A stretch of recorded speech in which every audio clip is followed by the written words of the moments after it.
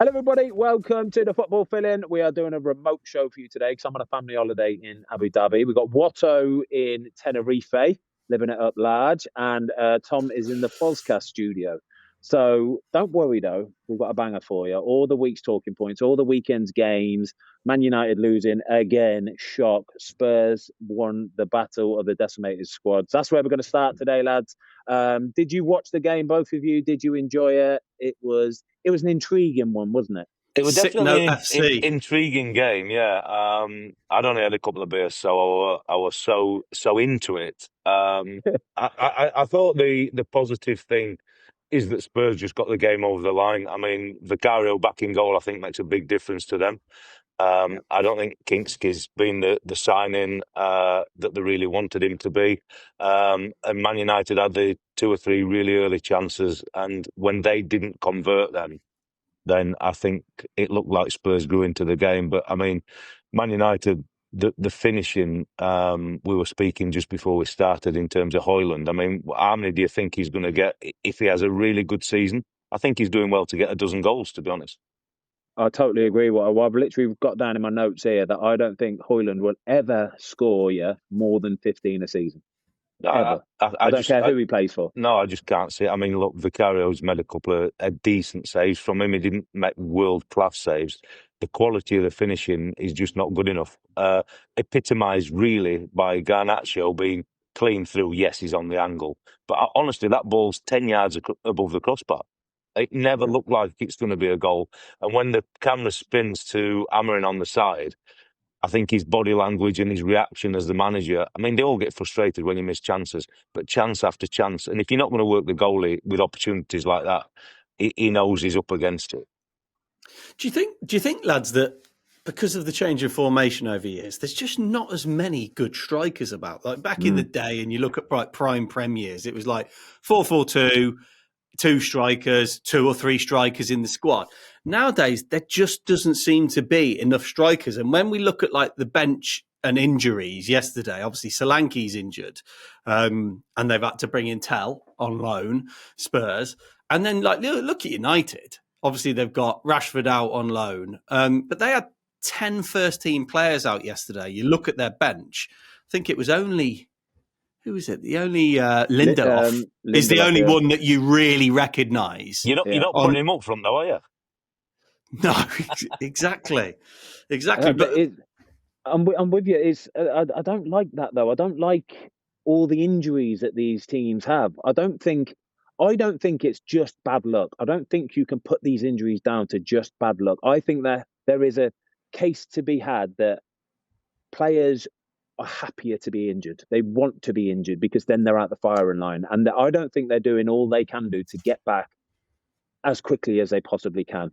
It would be really interesting to see some sort of stats on whether players are injured more like nowadays than what they were even 5 years ago, 10 years ago. I know there's more games, but with more games has come better recovery and better precaution and rehab and prehab. Is that not part of it though, Foz? The precaution, isn't that the medical team? He's not right. He can't play, or does the manager always and player always override that? Watto. Well, this is. Oh, sorry, quickly. What can I just jump in on that? This was what was really interesting after the game. Did you see Jermaine Defoe and Gary Neville having a bit of a talk about it? Where Gary Neville said that he's never seen a manager come in to the medical department and put pressure on the medical department to get a player fit. He's always left the coach, the medical staff to do it by themselves. And Jermaine Defoe was like, no chance.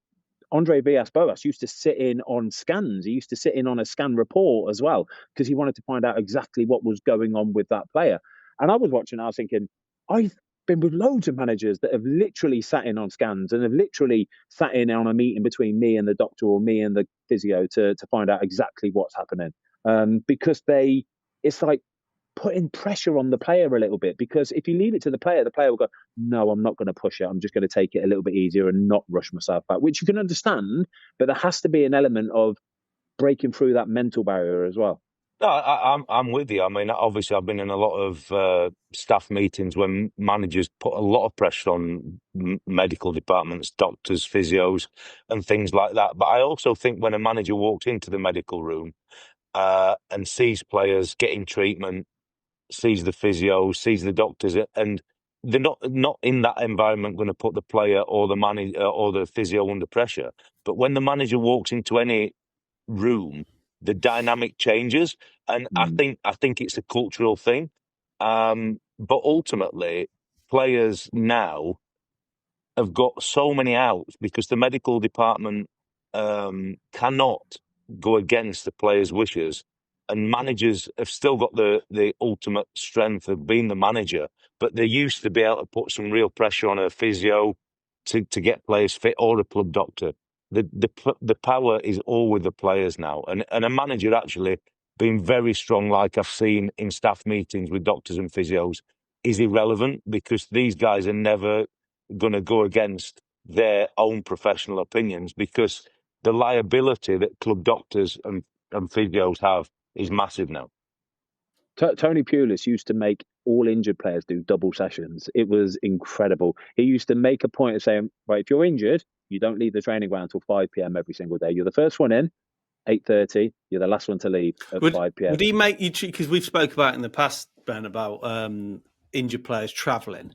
Would he make injured players, like let's say someone's torn their calf or something, minor, would they travel with first team? Not always. If you're a big name player or an influential player, somebody that the players sort of look up to a little bit, maybe it's a captain or a senior player, he would make you travel. He would always want you to travel. So even when I was injured, I remember when I did my cruciate, he would want me to travel with the squad just for having me around the place or having me around the lads. But I used to love it when you had the injured players and he was like, well, you're not leaving till 5 o'clock then. And he would make a point of making all those physios. The physios kind of hated it as well because they knew that they couldn't leave till 5:30, 6 o'clock then as well. But he would make them all stay until 5 o'clock.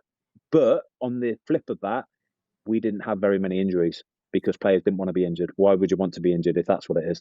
Yeah, you don't want the physio room to be a nice, comfy, chill, casual place, do you, Watto? And I think that's why managers occasionally, the ones who are clever, that's why they'll spend time in every department and occasionally walk into these environments, because it shouldn't be the most comfortable environment. Yes, you've got very, very good, capable and professional people, but the whole idea of it is supporting the players really on their road to recovery. It's not somewhere where you want to be laying in there for 4 or 5 days a week and just turning out on a Saturday and think that that's good enough, because it's not. But going back to the original point on the conversation, if you think about Man United now, and we'll come on to it with the loan players that are out, and we'll talk about Rashford at Villa and et cetera.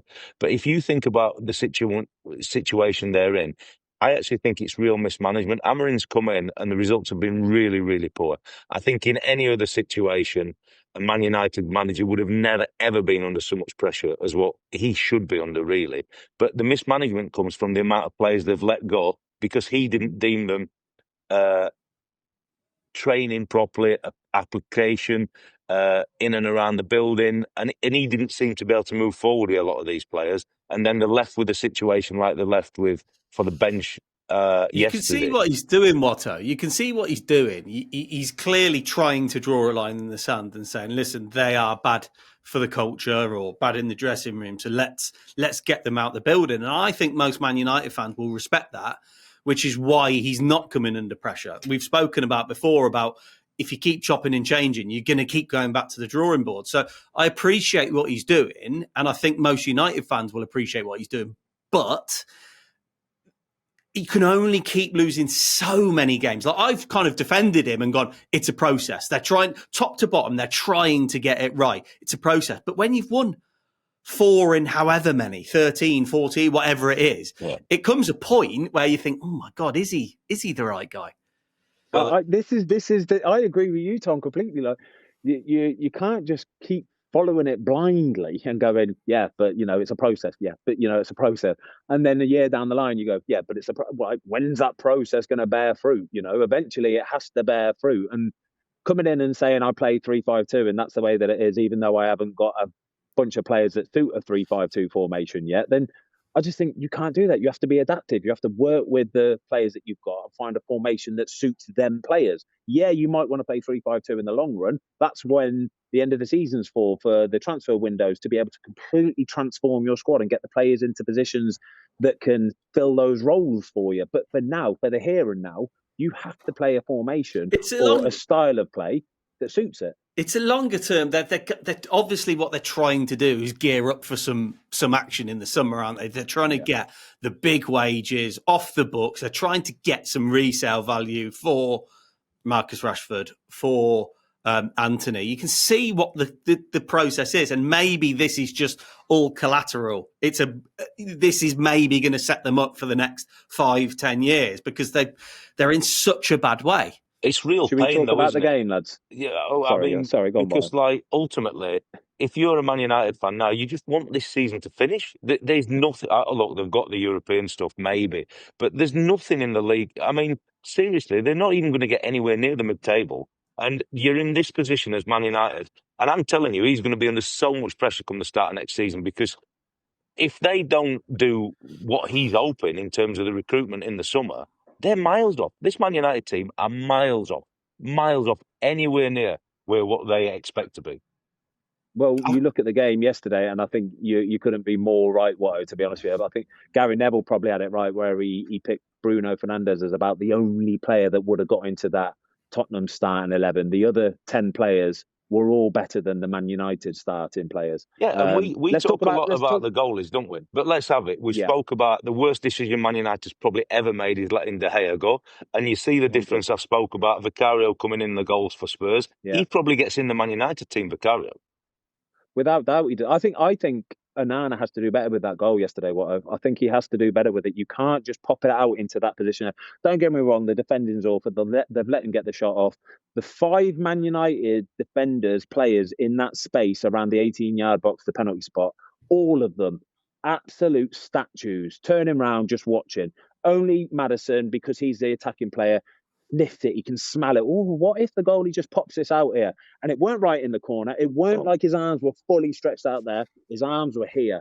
And when your hands are there, you can really soften them, can't you? If you're nice and calm with it and you don't panic, you can soften it and you can stop it just there. If you don't catch it, you can stop it just there. He panicked and popped it out, and that's where the goal comes from. I think he has to do better. No, I agree. Do you think Spurs are turning a corner now because they've got a lot of players coming back from injury? And I think my stance on it was probably a little bit harsh of, they're a bit critical, but actually when you do look at the sheer volume of injuries and them playing 2-3 times a week, and Anshane, I've just been coming out 2-3 times a week. The message has always been the same. He's been backing the players every single week. Do you think it has just been a complete horror show in terms of bad luck for them? You can't always put it down to bad luck, mate. There's a lot of things within it, and they've obviously had injuries through training as well, which they're the tough ones. But the ones that happen in game, that's always going to happen. The point I would make is that I actually think the players that Spurs are missing, most of these players would get in a Man United team. So that's why when these lads are back fit, they're going to do better because they're better players. And that then does come down to the recruitment at United. And I know Levy's had such a lot of stick, but some of the recruitment for Spurs has been very good. The problem they've had is that they've not been available, which obviously the managers alluded to time and time again. I actually think when they're up and running, they'd blow Man United out of the water 9 out of 10 games. Well, we saw one player. Oh, sorry, go on, Tom. Sorry, Ben. Just looking at the stat yesterday, because Levy comes under gets a lot of flack. Since summer 2019, Spurs have had the 3rd highest net spend in the Premier League. So they've spent 884 million quid. Not a drop in the water, though. Yeah. So there has been money spent, significant money spent. How much have they recouped on that? So the net spend is 576. They've recouped 308 million. So in terms of their outlay, they've still spent 884 million, which is more than Villa, not quite as much as City. It's more than Arsenal, more than Newcastle, more than West Ham. Oh, it's chunky, that, isn't it? Yeah. That's got to come down to recruitment as well then at some point, isn't it? If you're spending that much money, I'm assuming that's behind Manchester United, right? Manchester United would be top on that list of Chelsea spend, are right? top. Chelsea are top. Yeah, so of course. So Chelsea have spent 1.6 billion, Man United have spent just over 1 billion. Bear in mind, Chelsea have spent 1.6 billion. But They that's don't have double a fit. Spurs. They don't have That's double They don't have a Spurs. fit striker. They don't have a fit striker. Unbelievable. Oh, God. Unbelievable. The game's gone, Watto. The game has Absolutely gone. But I do think, like, you look at these three teams that have got the biggest spend there, and I'm sure City will not be far behind. But, like, City are going to be in that top four. You'd expect Chelsea to be probably in that top four. But for the money that United and Spurs have spent, nowhere near it. But I do think that Spurs are a miles better team, and probably the recruitment's been better when all these guys are fit. They look like a team. I think Man United always go for big signings, big spends that don't necessarily fit in with the manager's philosophy at the time. And then the new Ten Hag will go in and they give him all that money to spend in the summer. And like Xerxes, what about the header he missed yesterday? It's unbelievable. You know what I mean? Wide of the goal. Yeah. It's just not good enough for the level of Man United. If these guys were playing for Southampton or Ipswich, we'd be saying, well, you know, that's the kind of signing they get. They're It's not quite sure understandable, whether yeah. they're Premier League players. But this is Man United supposed to be trying to get near the top four. They're nowhere near the top four. And We're what do going you to talk make? about. We're going to talk about City in a minute. Just quickly, lads. One player yesterday that I thought was brilliant for Spurs was Pedro Porro. Yeah, honest, he had those attacking Man United players on toast. He did at times yesterday. He just, the way he reads it, he's quick, he's agile, he's so aggressive. He gets right into their faces. He's running away with the ball. I just thought they got no change out of him yesterday. I thought he was fantastic. No, but when you're in the trenches, mate, he's the type that you need to try and get a result in that game yesterday, because it's certainly not an easy game when you're struggling like Spurs were to get over the line. But yeah, I mean, they were fortunate it were Man United, because on another day, with the opportunities United had in the game, another team would have scored 2 or 3 easy. Let's look at Villa. Rashford seems to be showing signs of a bit of recovery there, doesn't he, Ben? Yeah, maybe. I still think it's a little bit too early to sort of like jump on the bandwagon. I think everybody's buzzing to try and jump on the bandwagon and go, oh, they've made a mistake by sending him out. What are they thinking? He should be doing this at Manchester United. He had a free kick, rattled it against a crossbar. It was a fantastic free kick. And in fairness, the finish from Ollie Watkins was unreal, by the way. Like, again, talking about players sniffing out a chance or sniffing out a follow-up or rebound, something. That was brilliant. But he did look happier. He did look like he's willing to get the ball and drive and try and take players on. And he just needs to keep doing that, really. I think there's always going to be that kind of scrutiny on him now. And probably every game now until the end of the season, it's going to be watching every single move that he makes on that football pitch. Because it's Marcus Rashford, isn't it? He's massive news, as simple as that. And what about Alex Palmer's debut for Ipswich? That, as far as Premier League debuts go, that wasn't bad, was it? Buzzing, mate. We're buzzing. We always like to see a nice debut. We like to see a nice debut, don't we, Watto? Yeah, no, he played really, really well, and he's played a lot of football in the Championship, and you always believe that you've got the makings of a Premier League goalie, but until you get on there, the level is so different. But it was really pleasing to see him make the saves he made, and ultimately, I think it's a phenomenal result for Ipswich. We know Delap. I mean, Delap scores that goal, and he's got 3 Villa defenders around him. He just strong and gets into that right position. It's a great finish, Martin. He's got no chance. But then, obviously, Palmer makes save after save, and it's a real poor result for Villa if they wanted to automatically get in that top 4. But you have to give credit. I think Ipswich are the only ones that I see really maybe challenging Wolves to try and get out of that bottom 3. I'm still not sure they're going to have enough, but Palmer's going to have to play really, really well in the goals, and Delap's going to have to get another few goals for him to get over the line. Well, look, let's have a chat about City then, shall we? Because what do you make of Haaland? That injury looked naughty. You know, those kind of ones where no one's around him. You could see where he did it at the near post for the goal. And then when he went to close down the defender, it went on him again. Obviously, on Instagram on Saturday night, there's a picture of him eating a tomahawk, and Pep's played it down a bit. But I can't think that's going to be a week or two. I like the way they've played this down, though. It really does. It eases my fears, Tom. It does. Okay. It eases my fear. I agree with you. It looked like it could be something. It looked like it could be a problem. Right. But seeing them pictures at the end of the game, I'm thinking, No, I'm backing him to fully be fit for the next game and probably be absolutely fine. And the fact that Pep has kind of doubled down on it as well, I'm not actually that worried, to be honest with you. Well, you're probably not worried because Marmoush has just scored a hat-trick for you as well. In fact, first half hat-trick as well. Yeah. First half hat-trick. Talk about sort of introducing yourself. I think we've been interested by him in the first few weeks since he's been here, really. He looks like he's a bit of a live wire. He looks nice and tidy. It's always nice when you've got a goalie who can ping it 70, 80 yards onto, I think it was Kieran Trippier, wasn't it, who was kind of biting at thin air to try and get it. And Mamouche just went, no, see you, mate. It's a dream start for him. But from Newcastle's perspective, though, wow, some of the defending for some of Marmouche's goals were brutal at times, absolutely brutal. Yeah, but I think City can do that, and obviously, look, Edison's quality exposes Newcastle's tactics, and certainly Trippier wouldn't have wanted to be 1v1, whether it were Haaland or crazy that was like crazy. You can't. Like I would put Edison into the category of a very class passer of the ball, top tier passer of a ball. And when there's no pressure on the ball like that, you just can't go pushing up, can you? No, but look how far they let him advance, Edison. It's absolutely mental then to leave yourself isolated at the back. Because when you actually look, we've spoke about when he can execute 50, 60, 70, 80-yard passes. But this pass is not that long because he's probably 25, 30 yards outside his box.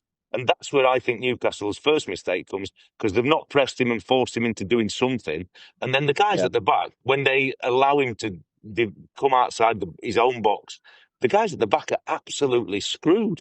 And he's clipped a ball in there that's not difficult for him because he's under no pressure whatsoever. There's a hard and fast rule, right, that you do not push up if there's no pressure on the ball. If there's no pressure on the ball, you cannot push up. If that player has got time to get his head up and pick a pass out, you have to stay. You just have to stay and wait. Because Premier League players, even top Premier League goalies, can find those spaces. And those exactly, but do they think they're safe then? Because Haaland's starting to come a bit deep. Oh, we're all right here, we're all right. That Marmoush, the first few weeks, all right, he's not scored a goal. He's so quick. Trippier would have been like, this is a disaster, boys.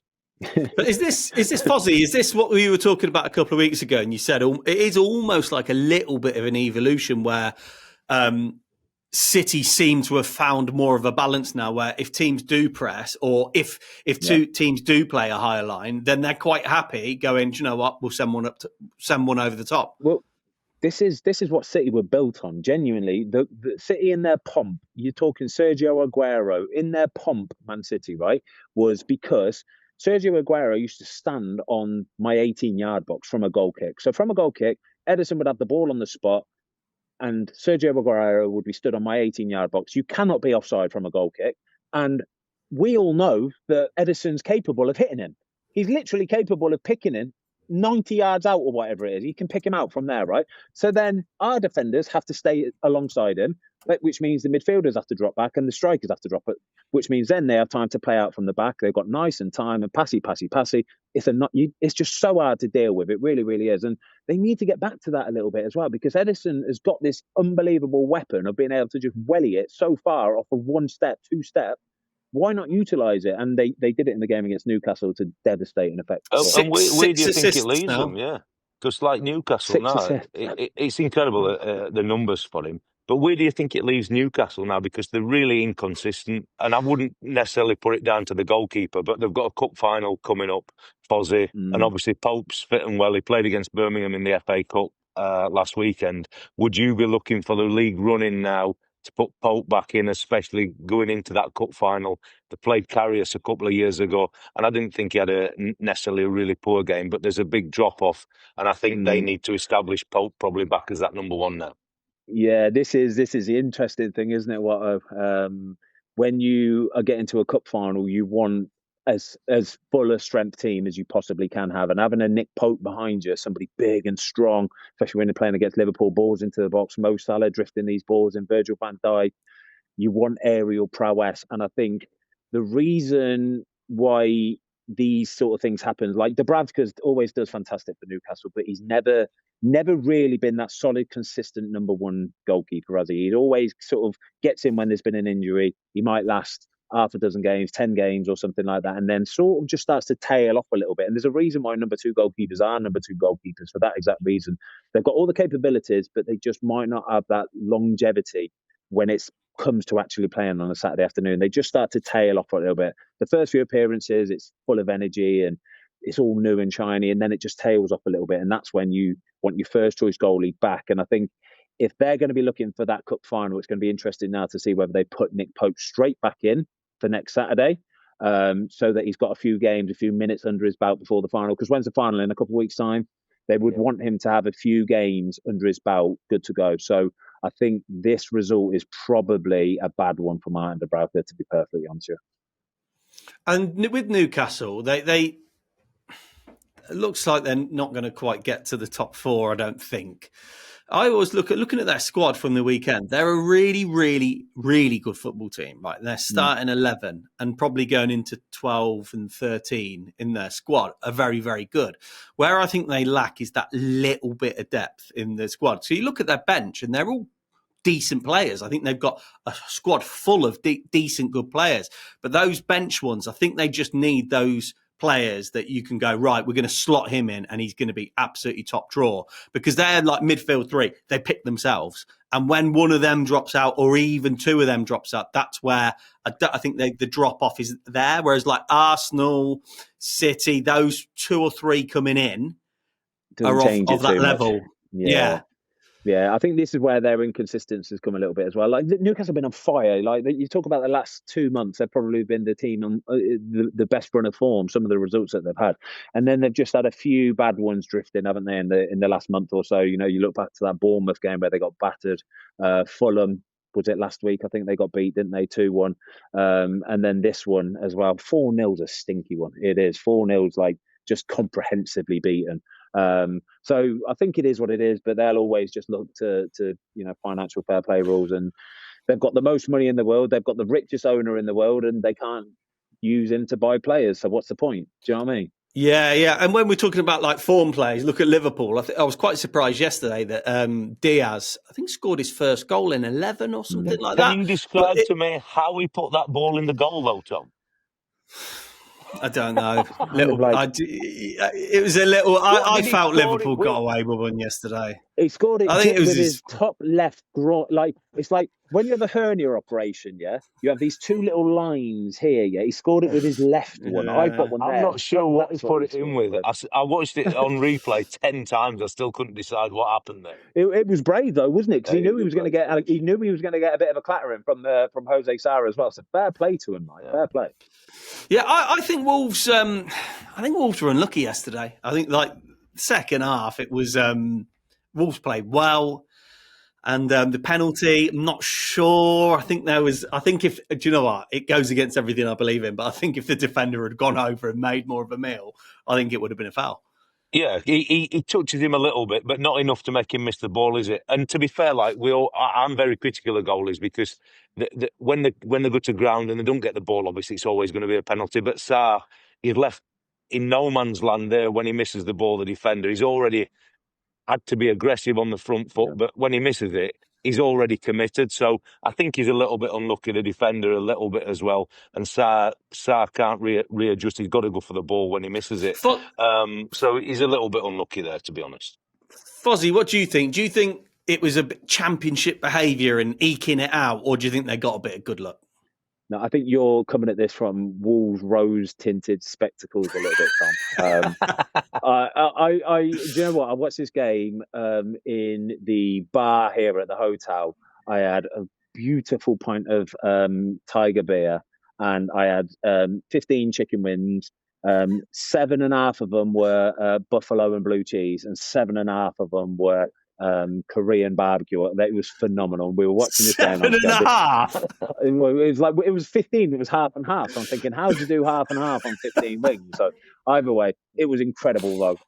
And it just seemed to me that Liverpool were never ever not going to win that game. You know what I mean? They just never ever were going to win that game. And even when they went 2-0, I think there was an element maybe of taking their foot off the gas a little bit. I think Cunha's goal was fantastic on his lefty as well. It's a bit of a swinger. Don't get me wrong, but it's a fantastic finish. That guy his ability to be able to put the ball in the back of the net is incredible. And so there's probably no surprise that he signed absolute belting contract that, what's it, 65 mil release clause or something like that. Somebody will pay it. Tom, I've got bad news for you, mate. He's not going to be there come start of next. No, I know he's not. He's not. But I don't agree with you there, Fozzie. I think that last 10 minutes when it was 2-1 to Wolves, they were backs against the wall there, mate. I'll be honest. I actually think that Liverpool obviously get 2-0 up. Cunha scores that left-footed goal. Alisson had made a couple of big saves in the game already at that point. We know he's on a 1v1. He's amazing. But if you think about it, Liverpool obviously playing midweek and losing the 2 points when Everton scored 90+8 last kick and everything that happened post-game. I think Wolves have got a real chance because of the midweek fixture, the emotion of the game. And I think if Liverpool had dropped another 2 points then, it could have been a game changer for them. But I think they've just got that momentum because at the point at Everton, actually, were a good point in the end, especially when they back it up with that win there. So I think they're on championship form. Did Wolves make it really difficult? Yes. But I just think they've got enough. And keeping that 7-point gap, and we'll come on to the situation at Arsenal and Havertz and all these kind of things, can't see how anybody's really going to challenge them, even though City got a good 4-0 win that we've just discussed. I just think they're too far behind. Before we move on, Tom, quickly, our Wolves staying up this season? Because there's 4 teams down there. We're fairly sure. Well, we're very, very sure Southampton are gone, and then there's 2 points between Leicester, Ipswich, and Wolves. And mate, if you got a bad little stinky run now, it could be terminal. Genuinely, Ipswich worry me. It's Ipswich that I kind of think. Leicester, though, I thought I've just got the table in front of me there, and I'm thinking Leicester are miles behind Ipswich. Surely they're level on points with them. So it's just finding a win, even if you win 1 in every 4. I think that's probably going to be enough to get you saved. It's going to be low totals this year, isn't it? Yeah. And I think this is why the likes of even the Man United and the West Hams have got to be very, very thankful this year. They've got away with one this season. They have got away with one this season because on any other season they would be in a proper relegation fight because there'll be teams nipping at their heels and there'll be so much more pressure on them. I think deep down they know they're not great, but they also know that we're not going to get relegated, which is. But look at the other end of the. Oh, sorry, Watto. No, I was just saying. I think if Wolves get another win very quickly, I think it just stuck the life out of. It does, doesn't it? Leicester and Ipswich, but obviously it's easier said than done. And when you watch Wolves, you get so much hope, but ultimately they're in the position they're in, and it's hard to get across the line. But certainly, it's not going any higher than where Wolves are. It's 2 out of them 3 for sure. Yeah, look at the other end though. Bournemouth. Oh, they are really in with the shout of Champions League football now. Like they've won, I think, 5 out of the last 6, and they lost that one to Liverpool.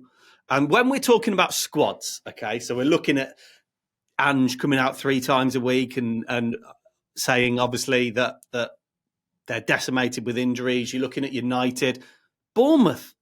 Look at their bench, right? And they have had serious problems themselves, but they just keep winning. Mate, they keep winning. They ignore all of Bournemouth fly in the face, right, of everything that we are told and taught about how to run football clubs and how football clubs need to be. And you need time to do this, and you can't just implement that.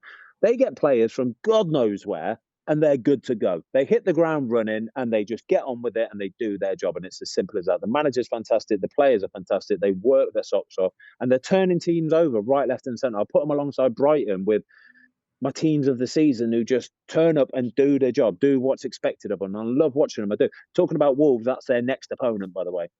Bournemouth are Wolves' next opponent in the Premier League. So it'll be interesting to see how they do there. And to be fair, if Wolves are going to win a couple in a row, then it's in their own hands because their Premier League fixtures now are Bournemouth, Fulham, Everton, Southampton, West Ham, Ipswich. Yeah. So talk about 6-pointers. Every single one of those games that I've just mentioned there for Wolves, they are all 6-pointers. They're all the games that. Yeah, they're all the games that when you've got them on the fixture list, you have a little green tick next to them because they're the ones that you need 3 points from. Don't worry about your Man Cities and your Arsenals. You can write those off almost. Green ticks against your Ipswiches and your West Hams. They're the ones you want to win. We've got to get 7 points out of those games. Have to. Absolute minimum. I would say you have to. But looking at obviously Bournemouth, Aaron Ramsdale, mate, like I mean, some of those saves he was making were outrageous. I've got a question for you, Watto. If Southampton get relegated, Aaron Ramsdale will be the most relegated goalkeeper in Premier League history. Will he get a move back to another Premier League team? The answer to that is a clear yes, but I don't know now whether he's going to have the options that he would like to have. I think you would always look at the teams from the Championship coming up, and they would always love to have a goalie of Ramsdale's quality, as in Southampton getting promoted this year. But he's got to look a little bit beyond that, because if he gets it can't happen that he signs for one of the promoted teams again, because they're so far behind and obviously real relegation candidates straight away. He's got to look at a bigger picture. Look, he's got undoubted qualities. That's why Arsenal signed him. But you have to be honest and say the relegation record is not down to him individually, of course, but he's been part of these teams, and it's not a good look for him. I wanted him to have signed for a Wolves rather than a Southampton last season. Wolves obviously took Sam Johnson, and Aaron decided to go to Southampton. I just thought Wolves would have been a better bet, and I've said that in the past. I just think now his options are going to be getting smaller and smaller, and he might have to really go and fight to try and be a number one at a club and accept that he might not get in straight away. Because I think if he takes a team that have been promoted again, I think it's going to be really, really tough for him. Because these teams are so far behind, because the level's getting better and better, it'll be tough for him. Do you know what he needs to find, Watto? He needs to find one of those solid Premier League teams and become their goalkeeper for the next 10 years is what he needs to do. He needs to find that solid team that are always in the Premier League, doing well, pushing, trying to get into that European spaces, and then he will get to show everybody what he's about for the next 10 years. Yeah, look, that's what he is. He's a fantastic goalie. He just needs the right team. Look at the options, right? I'm looking at the league table here now, and you could argue that he could go into Newcastle and fight it out with Nick Pope. Yep. Quite possibly. Nick's the other side of 30. Yeah. Chelsea. Would he improve Chelsea's team? You would argue for Chelsea. You would argue yes. Yeah. Then you look at West Ham.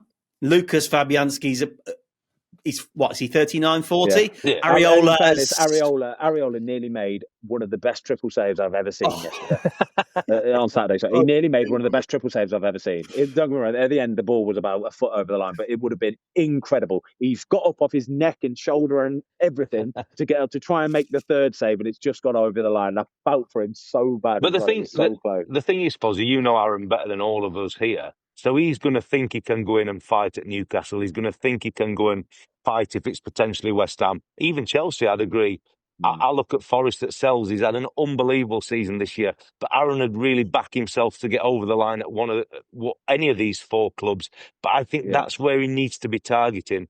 Even if he doesn't start next season in the team at any of these clubs, he's got to establish himself back in that Premier League again and not be fighting to be third or fourth bottom, because the profiling doesn't sit well for him to try and get back into that international fold as well. Should we talk about another goalie, English goalie, that is on fire at the minute, lads? Down into the Championship. Yeah. James Trafford, take a bow, my friend, because you have kept 11 clean sheets in a row, which is ridiculous. I don't think I've kept 11 clean sheets in a season. He's done it in a row. He's done it in 11 games on the bounce. It is phenomenal. It's frightening. It's incredible, but yet they're still third in that table. And let's just assume that whether they get up automatically or they get up through the playoffs and they become a Premier League team again. But James Trafford is going to end up in a similar situation as what we've just described with Aaron, because Burnley will really, really struggle to stay in the league again. And we saw last time out in the Premier League that Trafford were in the team, then he got dropped for Muri, in the team, out the team. So the level's very, very high to get in that Premier League team and stay in there and do well and not get relegated. So would he be the same Trafford when he gets promoted with Burnley? Does he look about thinking about one of the four teams we've just decided and described for Aaron, because he wants to make sure that he's not going to get relegated again? You know what I mean? Do you know what's like? Do you know what I love about goalies? Are so different to outfield players. Like we blossom so much later in our life, and it's only from hardships and experiences and getting dropped and letting goals in, but it makes you tougher and stronger. So you think back to Burnley being in the Premier League a couple seasons ago, and James Trafford starts the season, and they obviously have a tough time, and that's the way that it's going to go. But then he personally has a tough time. He gets taken out of the team. Muric gets put in, and he's never to be seen again. It looks like he's going to be leaving here, there, and everywhere. And then he finds himself in the starting 11 again in the Championship, ripping it up. And he looks like he is a bigger, better, more improved, experienced version of James Trafford from 2 years ago, 18 months ago. Ben, that included a double penalty save. Was it against Was that against Blackburn? I might be wrong. As well. Middlesbrough. What Middlesbrough? As well. Was it Middlesbrough? Sorry. I think it's phenomenal. It's so good. Like the odds of doing 11 in a row. What's the Premier League record? Van der Sar's got it, hasn't he? Edwin, wasn't he 11? I think it was something like that. Yeah, it was Man United, Edwin van der Sar. Like it's unheard of. It's ridiculous. It's a ridiculous stat. And looking at the fixtures as well, they've got a few games coming up where you're back in to keep a few more as well. Fair play. Yeah, I'll tell you what is ridiculous, right? And I do honestly believe this is ridiculous. Arsenal are in a title race, and they haven't got a striker. Yeah. And I know Merino, all the clever dicks are going to go, oh, yeah, Merino came on and Arteta's got this vision. He scored twice and all this. Like, listen, it's papering over the cracks. They don't have a striker. Mate, Tom, they haven't even got, like, forward players. They haven't even got forward players. They haven't even got, like, out-and-out, like, flary wingers. They're all injured as well. Like, everybody's injured. They've got nobody up there. They're relying on midfielders, holding midfielders to score them their goals. Fair play to Merino, by the way, for stepping up and doing it. But yeah. I don't know if this is going to last. They're going to have to get some players back ASAP, but they're still a few weeks away. But this has got to be a huge oversight from the club. It has to be a massive oversight, Watto, that they have gone through this window, right? And even Spurs have got Tal on loan, and Marmoush has gone into City. Yeah. People have been signing strikers, and the fact that they haven't, if it comes to the wire and they can't get over the line, they've got themselves to blame. Yeah, and I think if you're an Arsenal fan, you'll look at Villa's signings, you'll look at Spurs signings, and nobody can foresee that Havertz is going to get injured on a warm weather training camp, but they were already down to the bones. And if you're Arsenal and you've put yourself in the position you're in, why leave yourself just with Havertz and obviously the rest of them anyway? Why don't you make that call and really reignite the group by bringing somebody in? Could have been a Rashford, could have been a Tells, anybody that can get you closer and closer to Liverpool, because it needed something to inspire the group to get over the line. I've got a question, Watto. I've got a really interesting question here then. I've got a really interesting question. Do you think Villa are able to sign them players, your Asensios and Rashfords, and Tottenham signed Tell, whereas Arsenal wouldn't even get the chance to sign them players because they're too much of a risk? They're too much of a competition. Do you know what I mean? Like Bayern Munich won't want to help Arsenal out. Yeah.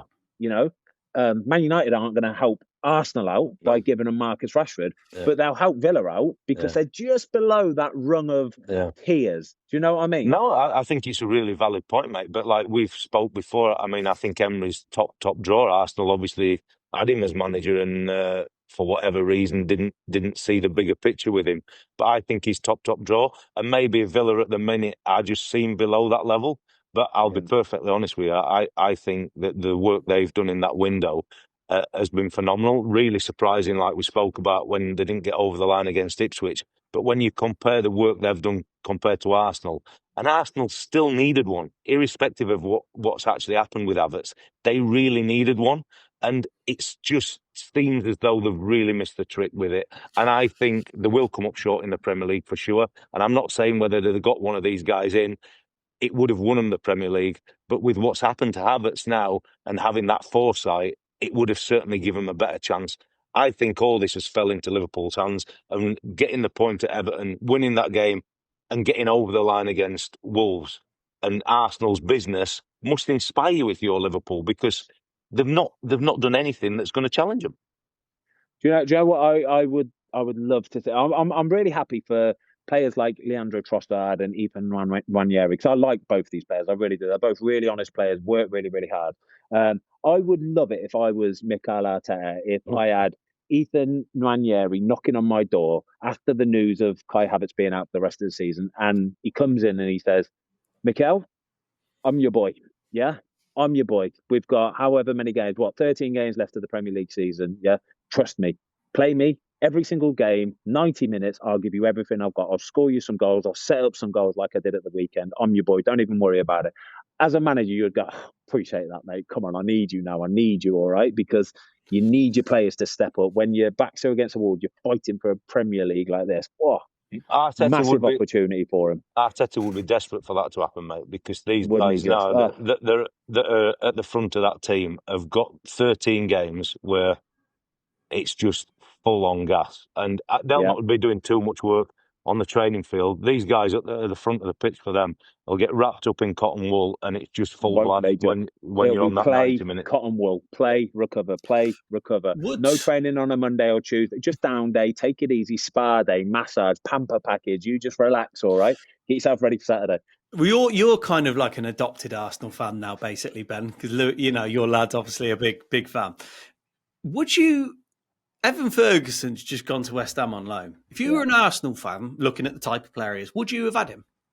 Without doubt, 100%. He probably doesn't fit the type of striker that Mikel Arteta wants. He wants a bit more technical ability. But when you look at it now, when you get the news off of what's happened to Kai Havertz, beggars can't be choosers, mate. Beggars cannot be choosers. You might have to change the style of football that you play. You put a few more balls into the box. I even heard on TalkSport, Darren Bent mentioned like Diego Costa and bringing him back. Do you know why, mate? Mate, come on. Do you know what they were mentioning the other day? Carlos Vela. No, come on. Yeah. I was like, he played there when he was about 12. Do you know what? I saw Leo Messi score a goal for Inter Miami the other day, and I saw Suarez. Have you seen him? He's at that point where he's a bit too big. He's had a lot of injuries. He's playing with injury, and it's just not the same Luis Suarez we're used to seeing. You're used to seeing this absolute ferret sprinting away. Just looks a little bit bigger, a bit slow. It just comes to us all, doesn't it? Absolutely, but I'll tell you what I've seen in the week: the Saudi League and John Duran and Ivan Toney, same game, goals for both of them. And if you think, I know that an Arsenal can't compete with those kind of salaries, but that's where you think about players like Villa's just let Duran go, and could he have gone to Arsenal? I know Tony's gone for, they've both gone for huge money for sure, and they're playing in this Saudi league, obviously tearing it up, but they're both goal scorers, and Arsenal haven't got one. Ben, just on the Suarez, he has scored 20 goals in 27 league games, by the way. Oh, fair dues, fair dues. He's a proper goal scorer, isn't he? He is playing in the Farmers League, in fairness. Do you reckon then, Watto, quickly putting this back onto you there, do you reckon that Ivan Toney and John Duran, even though they are getting paid 200-300 grand a week, whatever, do you reckon they are looking at the Premier League and going, that could be me up front for Arsenal in a Premier League challenging season? If I'm honest, doing it. If I'm being honest, they ain't giving it a thought. But if I'm an Arsenal fan or any representative of that, you're thinking that's two players that could have come and... it's what if. It's massive what ifs. It's what ifs. But those two players are not even thinking about that. Tony's at a different stage in his career when he's made the decision for sure. Yeah. Slightly different for John Duran. But when these things are put in front of players or anybody in any walk of life, quadrupling your money, and obviously across there it's tax-free, it's phenomenal. But I think the pain of an Arsenal fan seeing goal scorers scoring goals at whatever level, and they're going to fall short this year, I'm sure, because of the recruitment in that forward area. It's got to hurt. The other thing is, we don't like to be too negative, but I'm looking at Raheem Sterling here, and I think it's fair to say he's going to go back to Chelsea. But then when he goes back to Chelsea, what's next for him? Because I've always had this theory, a lot of people have the same thought, that he broke into, was it the Liverpool first team when he was 16, 17? Yeah. He's just turned 30 in December, and it looks like another one that's played so much football that by the time he gets to 30, spent. Yeah. No, he's played a lot of football. I think he's got 3 years left on his contract at Chelsea, you know. I think he's got 3 years left as well. I could see him going to Saudi. Well, Chelsea will be desperate for that one, I'll tell you. They will. They'll be desperate for it. They really, really will. Arsenal are not going to make the move permanent. He does look like he is missing something. in all honesty, it looks like he's been missing something for a couple of years now, to be perfectly honest. He hasn't got that sharpness, he hasn't got that technical ability that you saw glimpses of when he was younger, when he was doing it for England as well. And I think with 3 years left on his deal, he will be on mega money at Chelsea, and they will be looking to try and probably offload that. But it's whether Raheem Sterling wants to do that or not. When you've got 3 years left on your contract and you're signed to Chelsea and you're living in London, position of power, aren't you? Position of power, mate. You're in a really, really comfortable position. He could happily negotiate a massive payoff from Chelsea and say, I'll tell you what, pay me up 1.5 years and I will sail off into the sunset in Saudi and have a lovely time out in the sun. Exactly. Yeah, well, exactly. I mean, nice to have them choices, though, eh?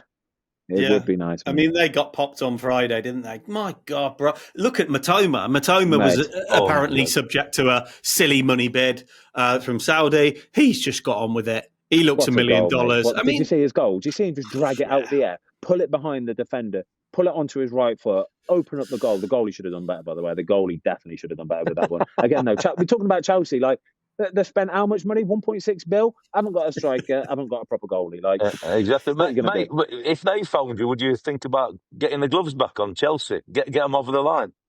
No chance, mate. I'm out. I've played golf already this morning. I'm out in Abu Dhabi. I've played at Yas Links Golf Course this morning. It is phenomenal. I'm with all these lads coming out here to play. So basically, what you're telling me is you're on a working holiday, aren't you?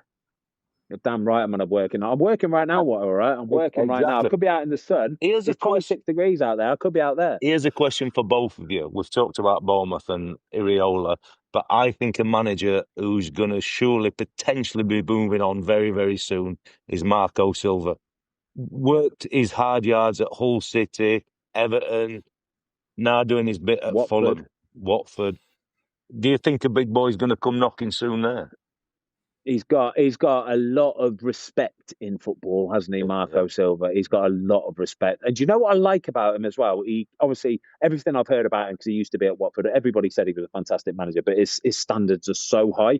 And even still now for Fulham are safe, Fulham are done. They're probably not going to get into Europe. They're not going to probably finish any lower than about 12. They're cooking, they're done, right? But still, when they're winning games, when they're scoring goals, Marco Silva has this look of, yes, we keep going. We just keep going. We do not let our standards slip. We keep this going now until the end of the season. I think there's plenty of clubs looking round will see that and think, I want that for us. I want my manager to be that guy who maintains those high standards no matter what. And there'll be plenty of teams that could do with that as well. It depends how motivated. It's like anybody. It depends how motivated by money he is, because you're looking at him, and from what we can gather and what you can see about his character, I can't see him being the kind of guy that will go, I'm going to take the Man United job. I think he's the kind of character that will have to be the right fit of club, i.e., and the right club that's run well. So it might be, do you know what? There's an opportunity at Villa or an Arsenal. I think he's that type of character. But if somebody's saying we're going to treble your wages, I agree with you, Tom. I think he would struggle at a Man U. He would struggle at these Chelseas because it's not expected of the players. He'd struggle at a Tottenham because he's not allowed to implement his standards and keep it there. There's too many players on too many wages that go, all right, well, if you don't play me, I'll just happily sit in the medical room and get paid. It's not the end of the world, is it? He demands of his players still, and I think he would really struggle if he did go into one of them teams, regardless of the money. We need the little ticker or the countdown, because although they lost at the weekend, Chris Wood got another. So we're on that countdown to the 100 club. I think Forest are still obviously playing. They battered a team a couple of weeks ago.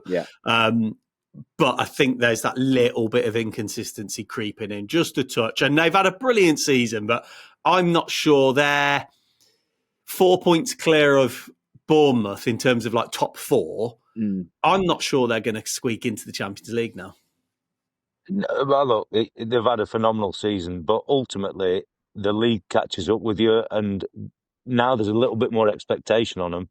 It's very difficult, and they came up against a very, very good Fulham team. Chris Wood bagged his goal, but Fulham now, they're a real proper football team, and a very difficult place to go, actually, at Fulham, when we just alluded to Marco Silva and all the attributes and the drive that he's got to put in his own players.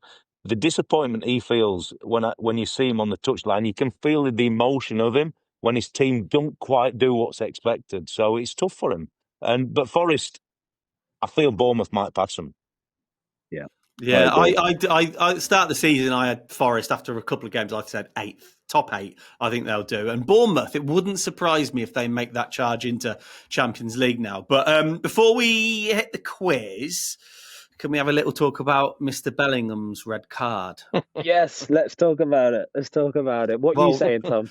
Well, the Jude's argument was that apparently he said, "Fuck off."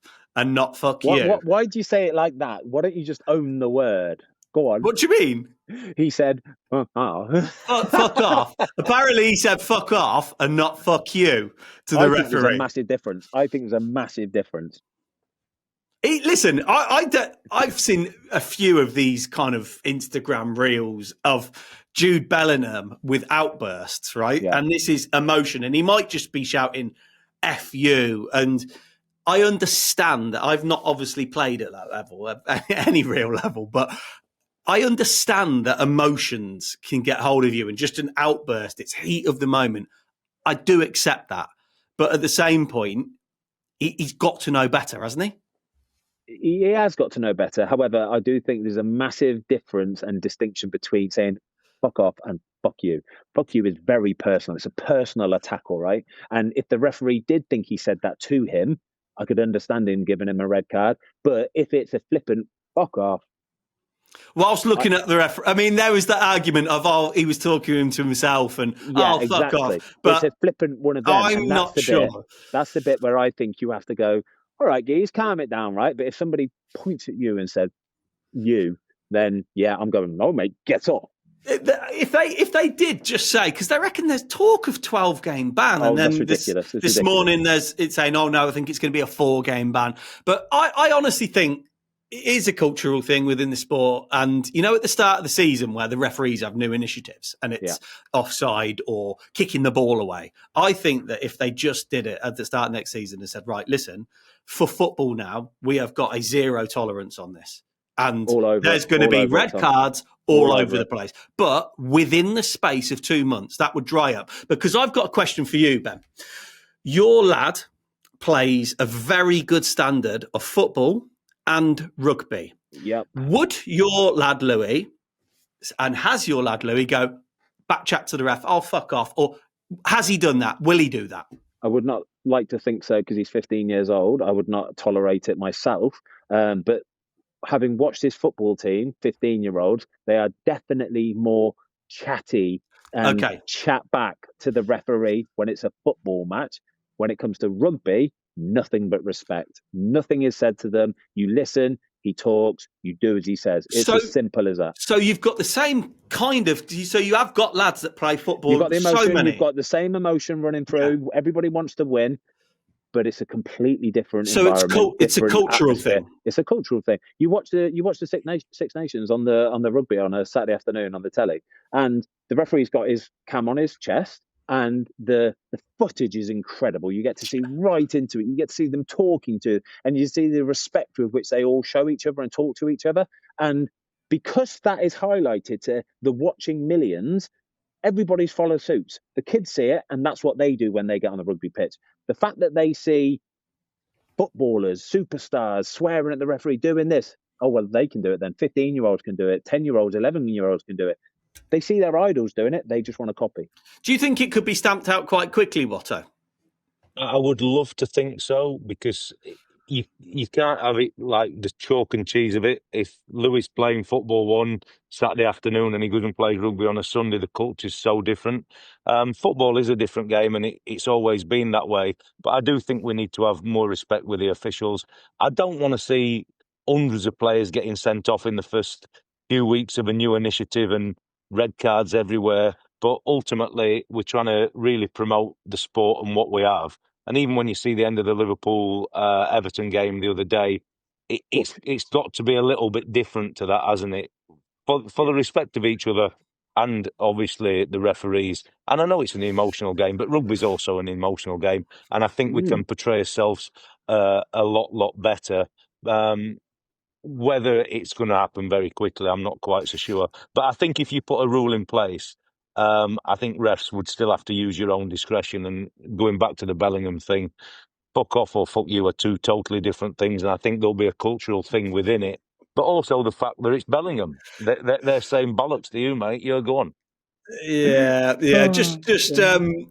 Can we just give? I know it was like last week now, but James Tarkowski, that is his moment, right? In that Merseyside derby, and I know what you're saying afterwards, the afters, but like that last minute, I saw a really funny post on Instagram the other day, and it was someone saying, "Imagine that! Imagine celebrating an equaliser like you've won the game," and someone had replied and went, "Last ever game at derby at Everton at Goodison. It's the last minute against your absolute arch rivals." And then he put to the person, "Maybe football ain't for you, mate."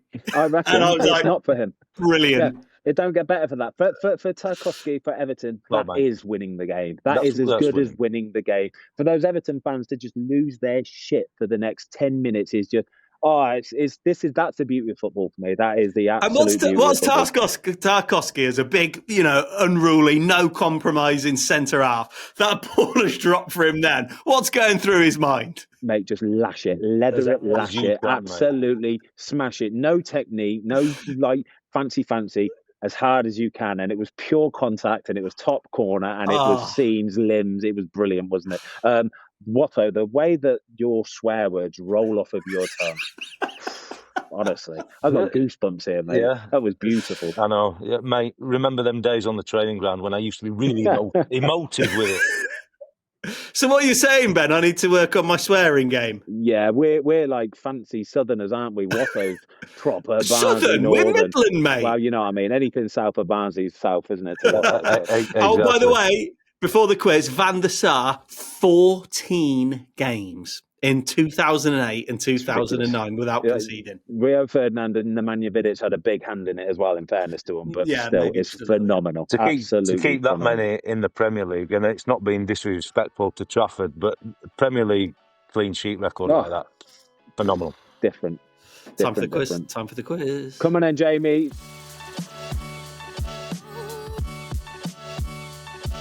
So the quiz is going to be a bit different today. Oh. Because last time we did it, we had a bit of latency. So you guys were saying Tom response was quicker. So if you guys got your phone on you, I'm going to say all the questions and you're going to write them down and then I'm going to go through the answers at the end. And then we're going to count up who got all the correct results. I like it, Jay. I like it. Yeah, just so it makes it fair and easy and there's no latency problem. Yeah, and nobody get on Google or anything like that, you little weasels, all right? You don't even have to say that, Ben. The fact that you even think that makes you're the cheater there. I'm just going pure honesty. What group are we sending these on to? No, just make a note of it. Just put them in your notes, notes. Yeah. Okie dokie. Right, so no shouting out. Just write your answers down. Okay. Question 1. What club did Dion Dublin go on loan to whilst he was at Aston Villa? What club did Dion Dublin go on loan to whilst he was at Aston Villa?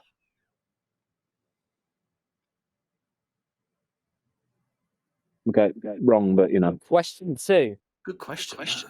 In 1995, Wimbledon had their one foray in European football, but which cup did they play in? Why are you laughing at the word foray, are we? It's a very new word, isn't it, Jay? Wimbledon had their one foray into European football, but which cup did they play in? Okay. Are you do you want like the old school variation of it? Yeah. What it was called back then? Yeah. Okay. Question 3. In the 2012-13 Premier League season, Manchester United won the Premier League, but who was their captain that season? So that again, sorry, Jay. In the 2012-13 Premier League season, Manchester United won the Premier League, but who was their captain that season?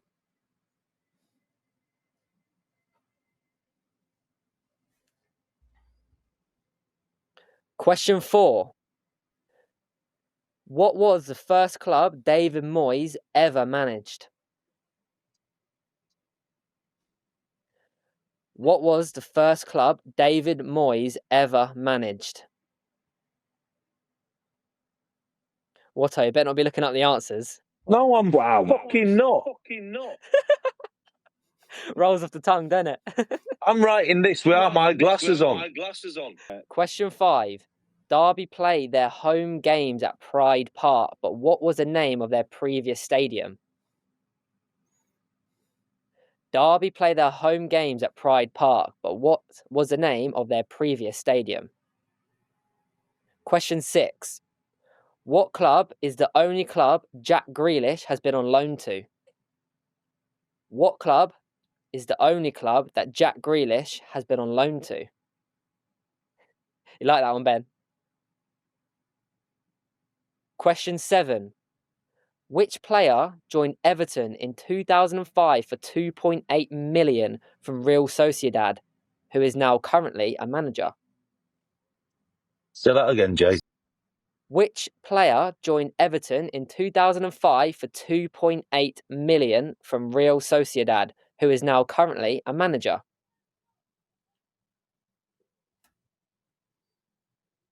Question 8. Who is the highest Premier League goal scorer for Bournemouth? Who is the highest Premier League goal scorer for Bournemouth? Question 9, career path question. I have played for Manchester City, Barnsley loan, Barnsley loan, Burnley loan, Burnley, Tottenham, Atletico Madrid, Newcastle. I have played for Manchester City, Barnsley loan, Barnsley loan, Burnley loan, Burnley, Tottenham, Atletico Madrid, Newcastle. Question 10. In 2001, Liverpool signed French centre-back Konate for 36 million from which club? Ask the question again. In Please. 2021, Liverpool signed French centre-back Konate for 36 million from which club? And that is all the questions. I've got a tiebreaker question, but that will only be used if we go to a tiebreaker. So, question 1. The answer was Millwall. No. I put Norwich. Coventry, I put. There we go.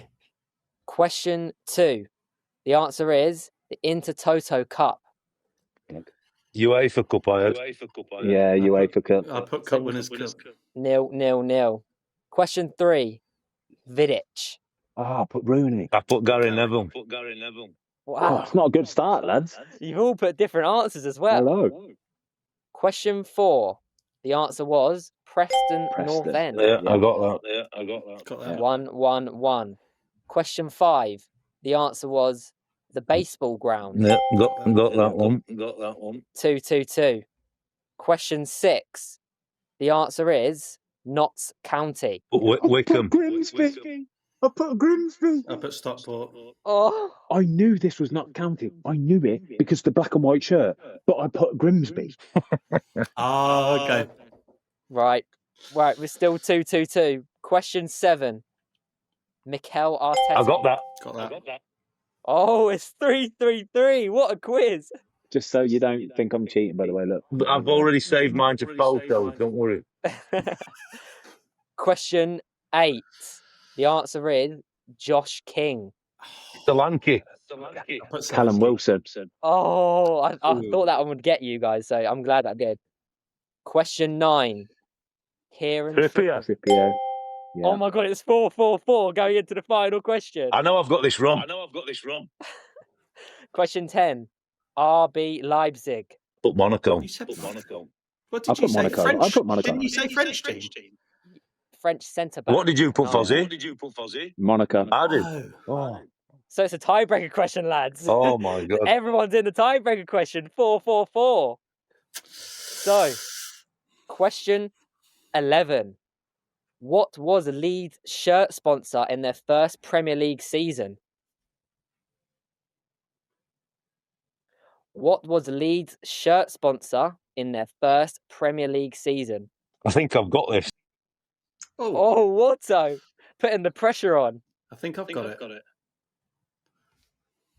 5, 4, 3, 2, 1. The answer is Admiral. I put Thistle Hotels. I put Thistle. I put Ben? Sunpat.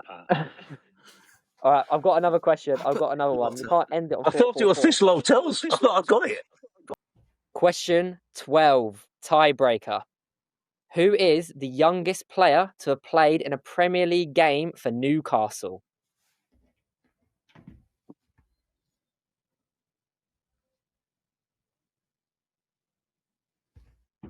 Who is the youngest player to have played in a Premier League game for Newcastle? 5, 4, 3, 2, 1. The answer is Adam Armstrong.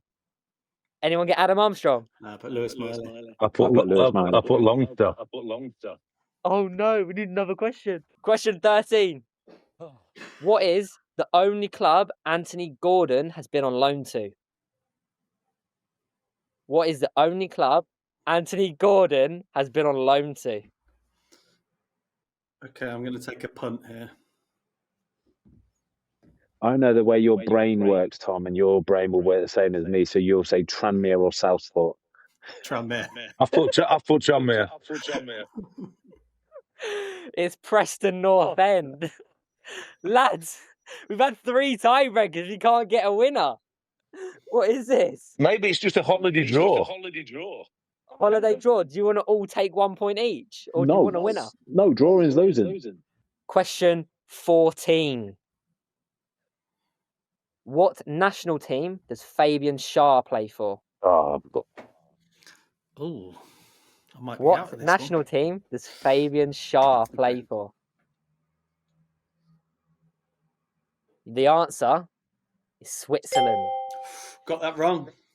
Tom's been eliminated. I went Austria. It's gone I'm to in there. Ben. Can you see it? Watto, Switzerland. Okay, right. I've got another one. Question 14. Who scored the first goal in this game week? There's one that Luke sent me. I'm sorry.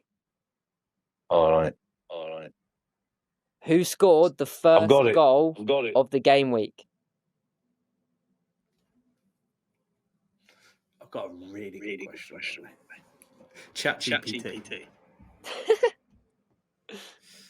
5, 4, 3, 2, 1.